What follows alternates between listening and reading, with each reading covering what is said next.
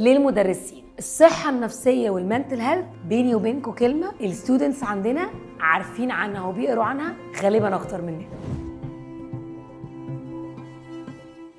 تعالوا نتفق كمدرسين ان النهارده الستودنتس بقى عندهم اكسس وفاهمين اكتر وبيقروا اكتر عن حته المنتل هيلث، بس يمكن مش عايشينها للاخر، ويمكن محتاجين تولز براكتيكال تحصل مننا في المدرسه او في الوقت اللي بنقضيه معاهم فتساعدهم على فكره ان هم فعلا يبقى عندهم صحه نفسيه. في الجورنال بتاع الفيل سميناه الفيل لان كل واحد فينا عنده فيل كبير، elephant in the room، يمكن مش عارف ايه المشكله اللي عنده، يمكن مش قادر يواجهها، ويمكن مش عارف يحلها ازاي. في الجورنال بتاع الفيل بنعدي على 10 محاور في الحياه، وده اللي احنا نفسنا نساعدكم بيه كمدرسين.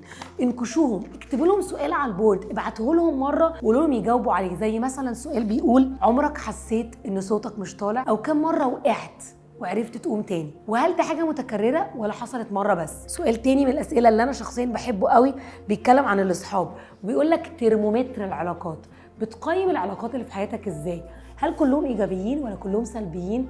ولا انت بتتنطط ما بينهم؟ ولا انت محتار ما بينهم؟ انت عندك حبه كده وحبه كده. ترمومتر العلاقات للهاي سكولرز واحده من اكتر الحاجات اللي بنتسال عنها. عشان كده الصحه النفسيه هي حاله، هي ادراك من الشخص انه محتاج يبقى واعي بنفسه، واعي باللي بيضايقه واللي بيبسطه، وعارف يتعامل مع الحاجات اللي جواه. لكن ممكن اقول كلام كتير عن الصحه النفسيه وما اكونش عايشه، ممكن اكون فاهم حاجات عن الصحه النفسيه بس انا مش مدركها. واحده كمان من التشالنجز اللي بيقابلوها التينيجرز النهارده هي الامان الالكتروني.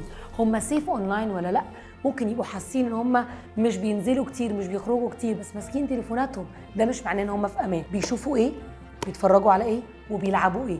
كلها conversations لازم ناخدها معاهم كمدرسين في المدرسه، ونشجع الاهالي انها تفتح الكلام ده ما بينها وما بين ولادهم، لان الخطر ممكن يكون اقرب مما نتخيل.